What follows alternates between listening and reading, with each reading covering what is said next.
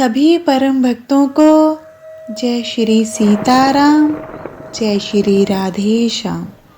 ज्योतिष शास्त्र के अनुसार एकादशी तिथि की तरह द्वादशी तिथि को भी हिंदू धर्म में अत्यधिक महत्व दिया जाता है। कहा जाता है कि इन दिनों जो हरि की पूजा करते हैं उन्हें हरि की विशेष कृपा प्राप्त होती है। मत्स्य द्वादशी के दिन भगवान विष्णु जी के मत्स्य अवतार की पूजा की जाती है। मत्स्य द्वादशी के दिन विधि अनुसार नारायण पूजा करें। 4 जल भरे पात्रों में पुष्प डालकर रखें। उन्हें तिल की खली से ढककर 4 समुद्र के रूप में पूजा करें। श्री विष्णु जी के प्रथम अवतार मत्स्य के रूप में पीली धातु की प्रतिमा का पूजन कर चारों पात्रों का दान करें। भगवान विष्णु जी के मत्स्य अवतार का विधिवत पूजन करें। गौकृत में हल्दी मिलाकर दीप करें। मोगरे की धूप करें। केसर चढ़ाएं। गेंदे के फूल चढ़ाएं। बेसन से बने मिष्ठान का भोग लगाएं। तुलसी की माला लेकर श्री हरि जी के विशेष मंत्र ओम नमो भगवते मत्स्य देवाय का जाप करें। कथा का पाठ करें और पूजन के बाद भोग प्रसाद के रूप में वितरित करें। मत्स्य अवतार भगवान विष्णु जी के 24 अवतारों में से पहला अवतार है। इस अवतार में भगवान हरि ने मछली का रूप धारण कर पृथ्वी की रक्षा की थी।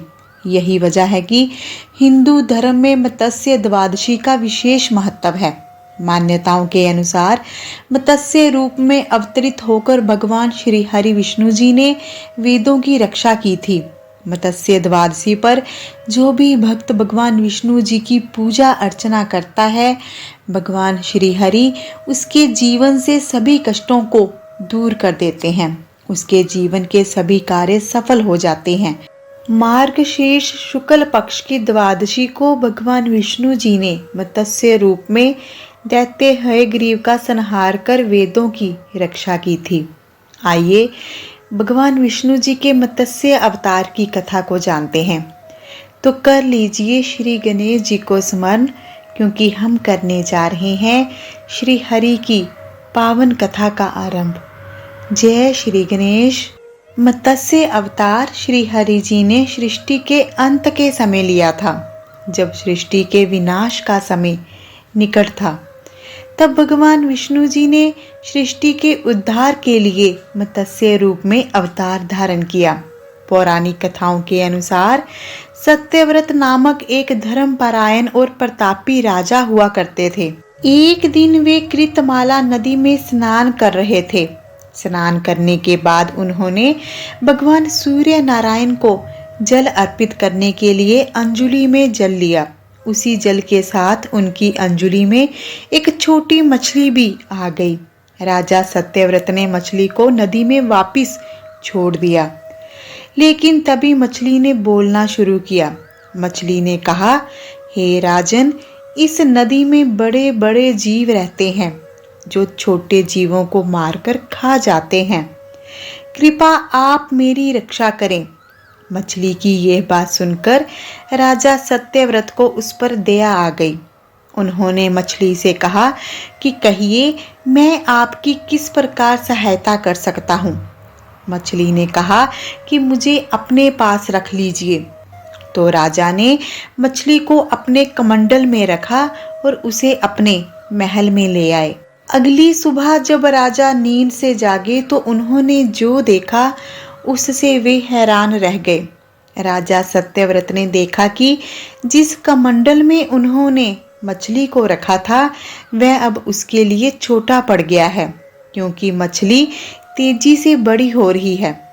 मछली ने राजा से कहा, हे राजन, मैं अब यहाँ नहीं रह सकती। कृपा मेरे लिए किसी और स्थान की व्यवस्था कर दीजिए। तब राजा ने मछली को कमंडल से निकालकर एक पानी से भरे मटके में डाल दिया। लेकिन रात भर में मछली का आकार इतना बढ़ गया कि वह मटका भी उसके लिए छोटा हो गया। ठीक कमंडल की तरह ही मटका भी अब उसके लिए छोटा पड़ गया। राजा ने मछली को एक सरोवर में डलवाया, लेकिन कुछ समय बाद उसका आकार इतना विशाल हो गया कि सरोवर भी छोटा पड़ गया। अंत में राजा ने मछली को समुद्र में छोड़ने का निर्णय किया, परंतु मछली का आकार इतना बड़ा हो गया कि समुद्र भी उसके लिए अपर्याप्त हो गया। तब राजा सत्यव्रत ने विनम्रता से पूछा, हे दिव्य मछली, आप कौन हो? मुझे बताएं, जिसके आगे ये विशाल सागर भी छोटा पड़ गया है। तब भगवान श्री हरि ने प्रकट होकर कहा कि वे दैत्य हयग्रीव के वध और सृष्टि की रक्षा के लिए इस मत्स्य रूप में अवतरित हुए हैं।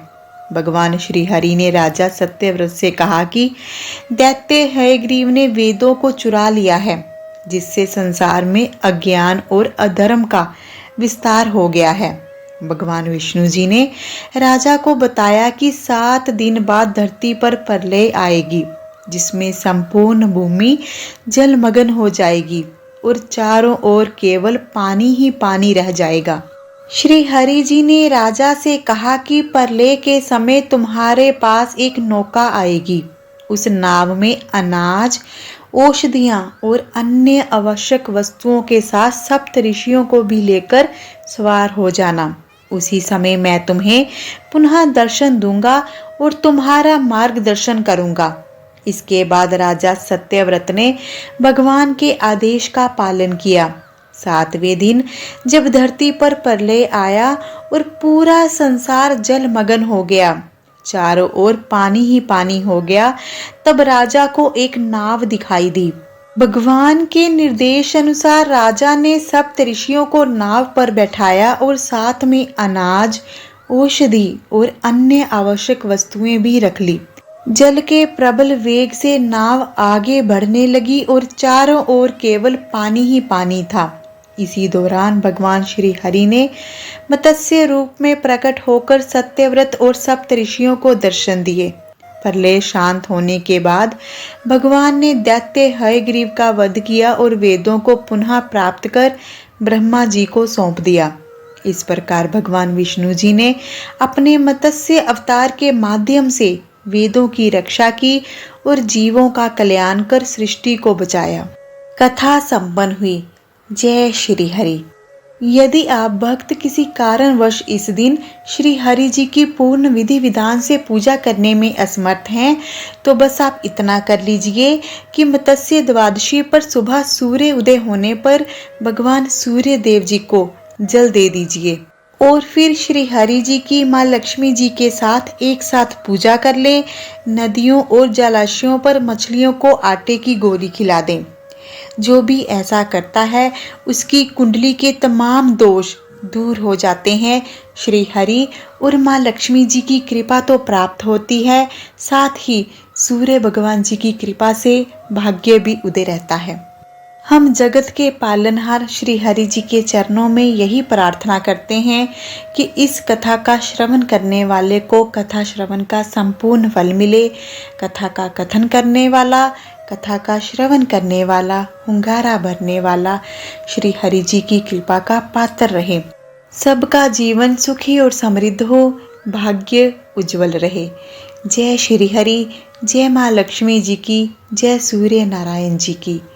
यदि आपको कथा अच्छी लगी हो तो इसे दिल से लाइक करें, अधिक से अधिक शेयर करें। इससे आपको पुण्य मिलता है और हमें प्रेरणा मिलती है। यदि किसी का कार्य हमें अच्छा लगता है तो हमें उसे प्रोत्साहन देना चाहिए। कृपा करके वीडियो को लाइक अवश्य किया करें। कमेंट बॉक्स में जय श्री हरि अवश्य लिखें। चैनल को सब्सक्राइब कर लें, बेल आइकॉन को अवश्य प्रेस कर लें। मिलते हैं अगली वीडियो के साथ। अपना ध्यान रखें, खुश रहें, सुखी रहें। जय श्री हरि। जय माँ लक्ष्मी जी की। जय सूर्य नारायण।